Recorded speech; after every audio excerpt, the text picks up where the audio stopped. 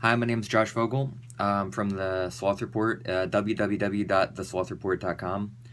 Um, this is my second video log, and today I want to talk about strength in Brazilian Jiu-Jitsu. I think that there is a cultural bias against strength in Brazilian Jiu-Jitsu, and I wanted to, some of it's appropriate and some of it doesn't make any sense to me, so I kind of wanted to talk about some of the things that do and don't make sense to me about when somebody says, strength in jiu-jitsu is bad or whatever. So the first thing I want to talk about is what is strength. Strength is your muscle's ability to create force. So when you're moving against an external resistance, like if you're lifting a kettlebell or if you're pushing your car when it's stalled, or if you're choking somebody with an X choke, all those situations happen because you're creating force inside of your muscles are creating force, which allows you to act against an external object. So when I put my hand in somebody's collar to do an X choke, or I wrap my hand around somebody's neck to do a guillotine, my muscles activate and they squeeze and they create force, and I'm using strength. If I wrap my arm around somebody's neck in a guillotine and they start to peel my arm off, I have to use strength to keep my arm there and hand fight and get my grip. If I'm putting my hand in somebody's collar to finish an X choke or to start an X choke, and they're trying to pull my hand out of the collar and break the grip, I'm using strength to keep my hand closed strongly enough where they can't pull my hand out of the collar. And some of it is how far you put your hand in the collar, or your angle, your body angle, or maybe you can do little tricks where you twist the grip to make it hard for them to pull your hand out. But I need some level of strength to do these things successfully. So when a black belt says to a white belt, or when anybody says to somebody who just started jiu-jitsu, don't use strength in jiu-jitsu, or you're using too much strength, I think this becomes a problem because you have to use strength in jiu-jitsu. There's no jiu-jitsu without some level of strength. What people usually mean when they say don't use strength is either they see somebody who's using way too much strength. So for example, killing an ant with a bazooka. You see somebody who is grabbing the collars and squeezing with their entire heart and soul and not doing anything with it. So they're using way too much strength just to hold somebody's collars or something like that. That's one example of when somebody would say to another person that they're using too much strength.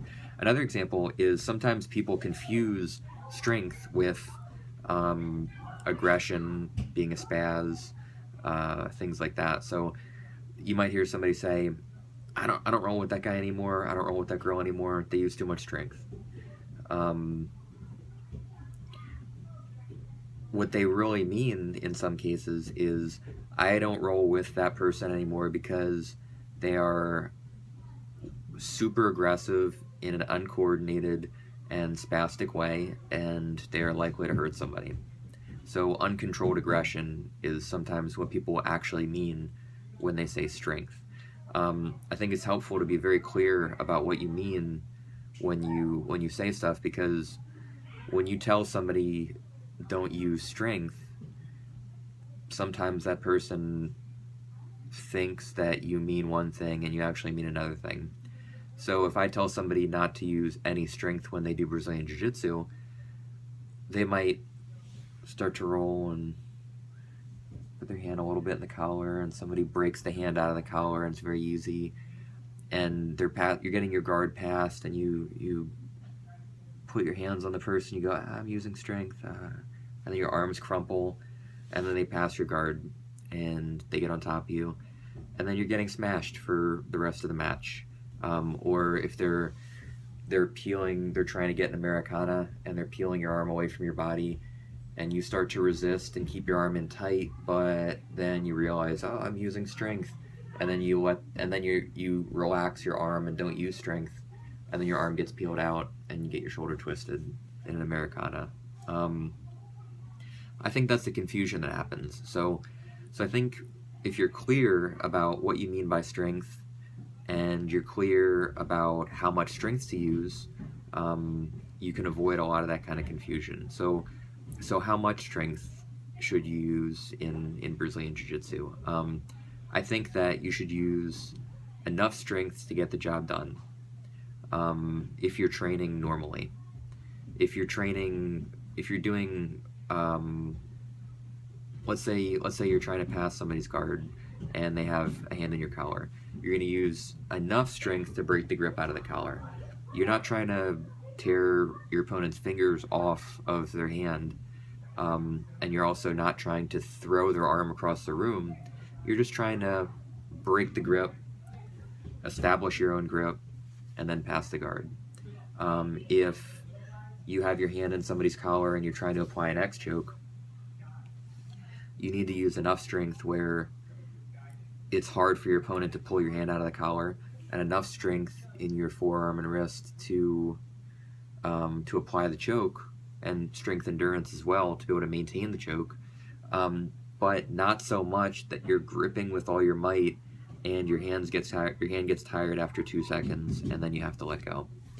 So in a nutshell, use enough strength to get the job done, no more, no less, when you're training normally. Sometimes as a training exercise, I will use as little strength as humanly possible. If I'm trying to highlight working on my timing or my skeletal alignment or how to properly distribute just my body weight without tension, then sometimes I'll train using absolutely no strength at all and just relaxation, focus on my breathing, my timing, my body mechanics, my skeletal alignment, and my body weight distribution. There are other times where I will focus on using a lot of strength and a lot of speed and a lot of power and explosiveness, and sometimes I'll train using a lot of aggression. Sometimes I'll train slow. Sometimes I'll train slow and tight. Sometimes I'll train fast and explosive and loose. I think for me it's important to be able to train in all different ways, not just one way. When I tell a new student not to use strength, it's usually on a prescriptive basis. Sometimes I'll tell a new student who is killing an ant with a bazooka, use less strength. Sometimes I'll tell a student who's too floppy and loose, use more strength. Sometimes I'll tell students to be more aggressive. Sometimes I'll tell them to be less aggressive. So it's really on a person-by-person basis what I try to prescribe, but I try not to say don't use any strength. The last thing I wanted to mention about the use of strength in Brazilian Jiu-Jitsu is there's an illusion that happens when you train for long enough.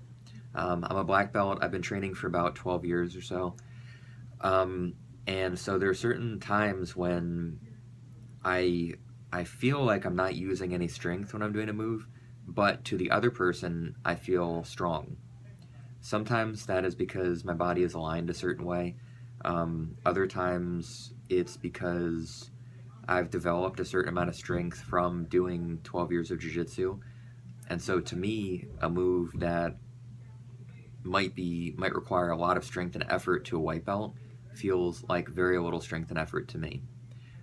So for example, when I get my hands in the collar for an X choke, to me, gripping and squeezing and turning my wrists in a certain way feels like very little effort for me if the person's got a normal neck and not one of those like titanium necks.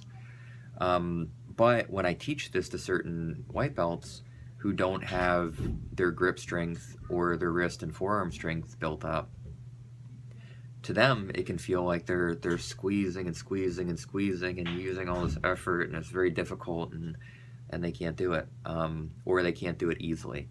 And so the difference is that I've spent 12 years doing the X choke and squeezing and having people try to rip my grips out of their collar and holding the X choke for 30 seconds, 45 seconds, sometimes longer, squeezing as hard as I can. And so I've developed a certain amount of strength in that X choke.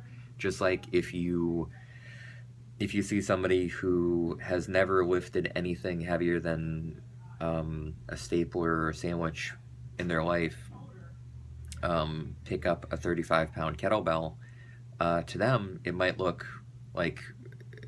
and seem like the heaviest thing on earth. It's just so heavy, I can't believe it. This little piece of metal with a handle on it is it's exhausting to move around. And then you see somebody who's been training with kettlebells for a decade, and they might swing around a 52-pound kettlebell like it's nothing, or a 70-pound kettlebell.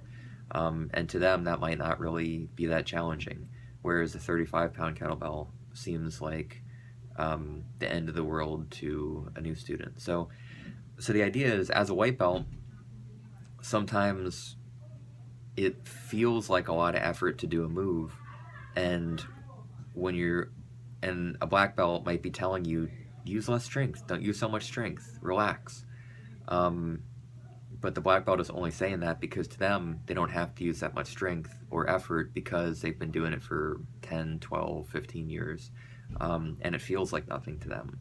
But it's only because they've built up that strength over time. So that's pretty much all I have to say right now about the issue of strength in Brazilian Jiu-Jitsu.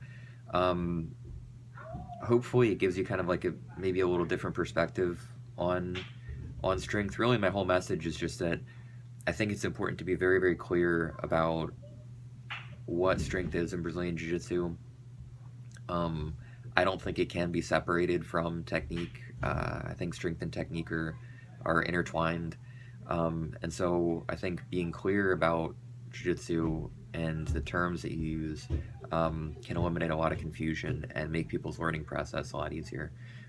If you like this, check out www.theslothReport.com. That's my instructional magazine where I talk a lot about other concepts like this and instructional techniques and things like that. Thank you.